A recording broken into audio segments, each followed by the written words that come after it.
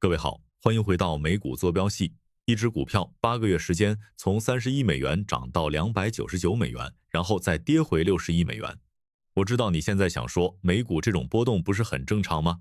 但 CRCL 不是普通的加密股票，這家公司的核心業務是發行全球最大的合規穩定幣 USDC。它不挖比特幣，不做交易所，它更像是數字世界裡的美聯儲。而這樣一個定位清晰、監管合規、真實盈利的公司，它的股價在不到1年的時間裡，經歷了一次教科書級別的從狂熱到理性的回歸過程。今天我們要做的就是把這個故事從頭梳理一遍，然後認真問一個問題：61美元的 CRCL 到底是便宜了還是還沒便宜夠？先用最簡單的語言解釋清楚 Circle 在做什麼，因為如果你搞不清楚它的商業模式，後面所有的分析都是空的。Circle 最核心的產品叫 USDC， 中文叫美元穩定幣。你可以把它理解成一種存在區塊鏈上的數字美元。你存入1美元 ，Circle 給你一個 USDC， 你隨時可以1比1換回來。那 Circle 怎麼賺錢？原理非常簡單，跟銀行如出一轍。你把真實的美元存給 Circle 換 USDC，Circle 把這些美元拿去買美國國債，坐收利息。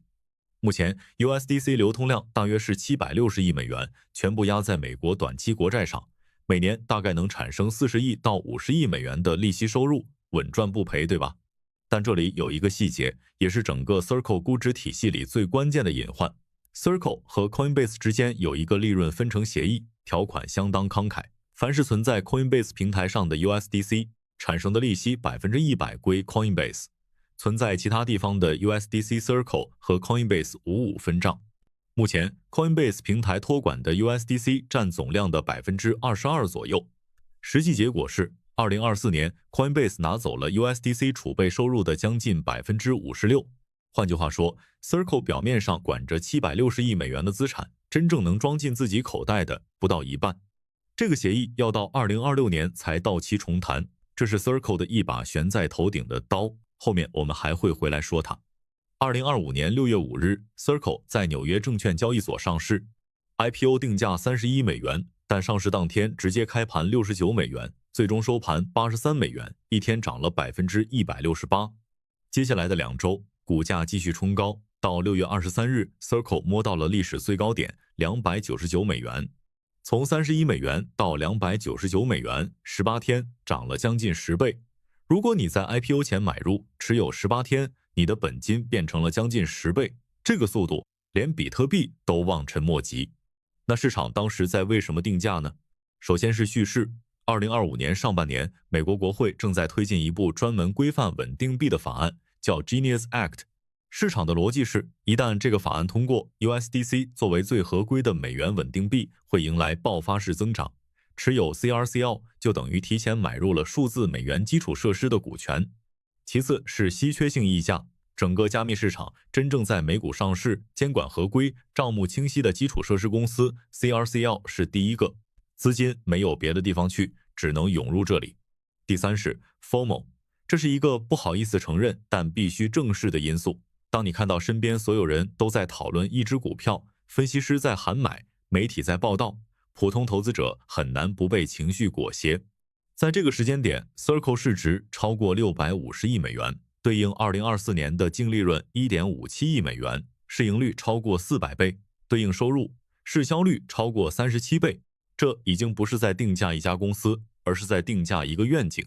市場什麼時候開始冷靜下來的？大概在2025年8月 Q2 財報出來之後，表面數字其實相當好看。收入同比增長 53%，USDC 流通量同比增長 90% 到613億美元。但財報裡有一行數字讓機構投資者皺起了眉頭，分發成本 4.07 億美元，同比增長 64%。記住我們剛才說的那個協議 ，Circle 每多1美元的收入就要把其中超過一半分給 Coinbase。Q2 實際上 Circle 表面收入 6.58 億美元，扣掉 4.07 億的分發成本，真正留下來的只有 2.51 億美元，再扣運營費用，利潤空間其實相當有限。更讓市場擔心的是另一個問題，利率。Circle 的錢從哪裡來？國債利息。那國債利率下降會怎樣？2025年美聯儲開始降息週期市場預期2026年利率還會繼續走低。Circle 的商業模式對利率極度敏感，利率每降1個百分點，以760億美元的 USDC 體量計算， Circle 每年少收將近7.5億美元的利息收入，而這損失幾乎直接打穿利潤。敘事層面的熱情退潮，加上真實財務數據的降溫，股價從8月的159美元開始一路向下，到2025年底跌到76美元，再到2026年2月初，盤中一度觸及49.9美元的歷史最低點。從歷史高點299美元到歷史最低50美元，跌幅超過83%。這不是加密板塊的普遍下跌，這是市場對一個被嚴重高估的故事做出的重新定價。回到我們現在身處的時間節點，2026年2月5日 ，Circle 觸底49.9美元，此後開始反彈，到2月17日左右出現了明顯的逆勢上漲。當天一度下探57美元後被拉起，最終收在61.6美元附近。而當天整體加密板塊是震盪下行的。這種板塊跌 ，Circle 漲的走勢值得認真分析一下原因。第一，估值已經回到了一個相對可以討論的區間。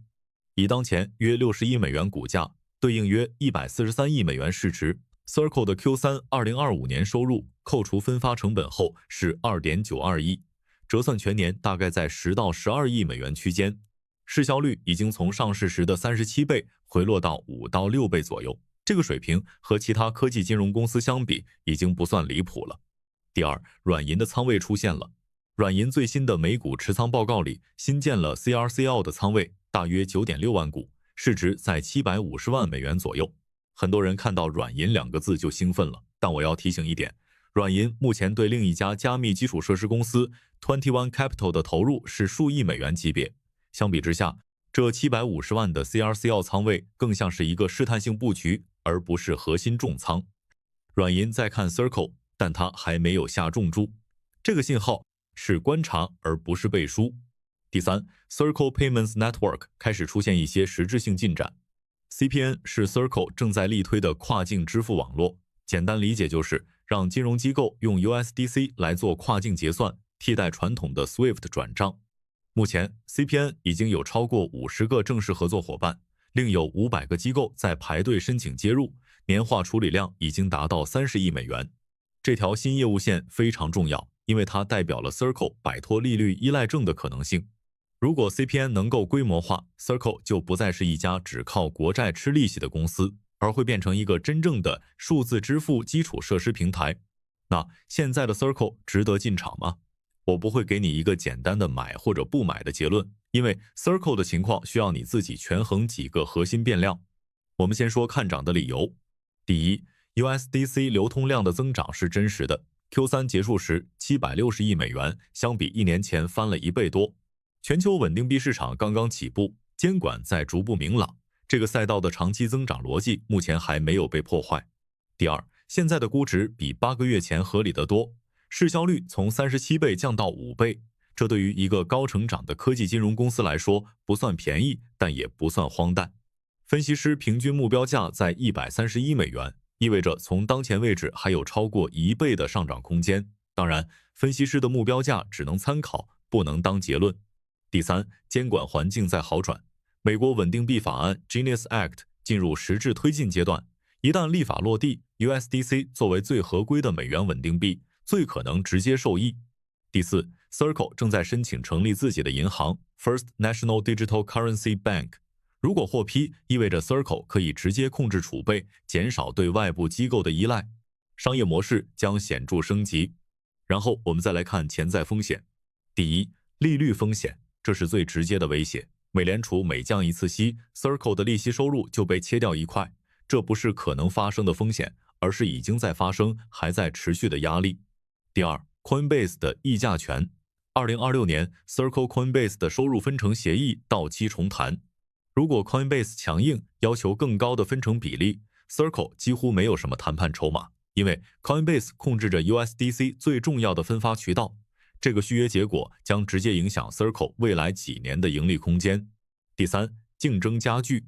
穩定幣這個賽道太香了，全球各大銀行、支付公司都在發行自己的穩定幣。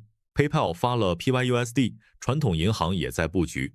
USDC 的市場份額未必會無限制增長，更大的競爭會吃掉它的增速。第四 ，CPN 的進展還是太早，50個合作夥伴，年化30億美元的處理量，這個規模相對於 Circle 的營收目標還是九牛一毛。Circle 要把 CPN 真正做成支柱業務，需要的時間可能比市場預期的更長。從31美元到299美元，再回到61美元。Circle 經歷的這條曲線幾乎可以當做一個 IPO 泡沫的標準教材來研究。上市之初，市場買的不是這家公司現在值多少錢，而是它將來可能會值多少錢。那個可能在特定的敘事環境下被無限放大了，但市場從來不會永遠對可能付高價。時間拉長，它最終會回來追問：你的收入是真實的嗎？你的利潤是可持續的嗎？你的護城河足夠深嗎？Circle 的答案是：收入是真實的，增長是真實的，但利潤還不夠厚，護城河還不夠深，對利率的依賴還沒有被有效對沖。61美元的 CRCL 是一個不再荒謬的價格，但並不等於是一個非常便宜的價格。如果你相信穩定幣是未來數字金融的基礎設施，如果你相信 USDC 能持續擴大市占率，如果你相信利率周期會在某個節點企穩，那現在的 Circle 值得認真研究和關注。但如果你期望的是快速翻倍，那要告訴你，從當前邏輯看，這家公司還需要時間來證明它可以擺脫利率依賴，擺脫 Coinbase 的分成桎梏，把 CPN 做成真正的支柱業務。在這些故事兌現之前， Circle 更像是一個值得長期跟蹤的標的，而不是一個可以短期套利的機會。軟銀用750萬美元買了一個觀察席位，這或許是目前對 CRCL 最恰當的態度。好了，今天給各位分享的內容就到這裡。如果覺得有幫助，還請訂閱、點讚、轉發。咱們下期見。